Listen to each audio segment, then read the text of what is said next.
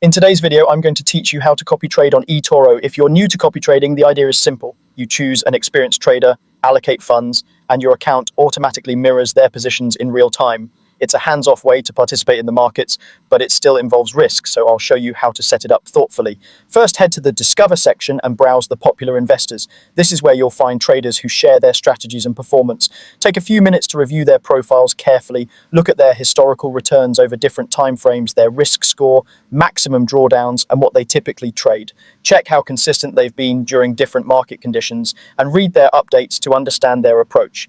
Past performance doesn't guarantee future results, so focus on risk management and consistency, not just headline returns. When you found someone who fits your goals and risk tolerance, open their profile and click the copy button. This opens the copy settings window where you'll finalize the details. Keep in mind, you're not giving money to the trader, you're simply instructing your account to replicate their trades proportionally.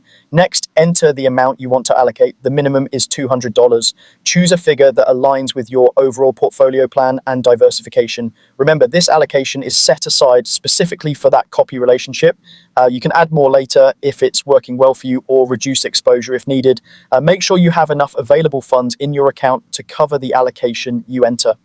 Now, consider setting a copy stop loss or CSL. This is optional but highly recommended.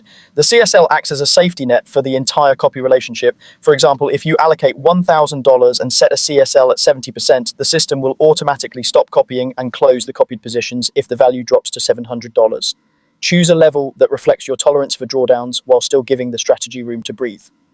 Tight stop losses may protect capital, but can also close the copy during normal volatility. Once you're comfortable with the settings, confirm to start copying. From this point on, new trades opened by the investor will be mirrored in your account in real time, scaled to your allocation. You can pause copying if you want to stop opening new positions while keeping existing ones, or stop copying entirely to close positions and free up funds.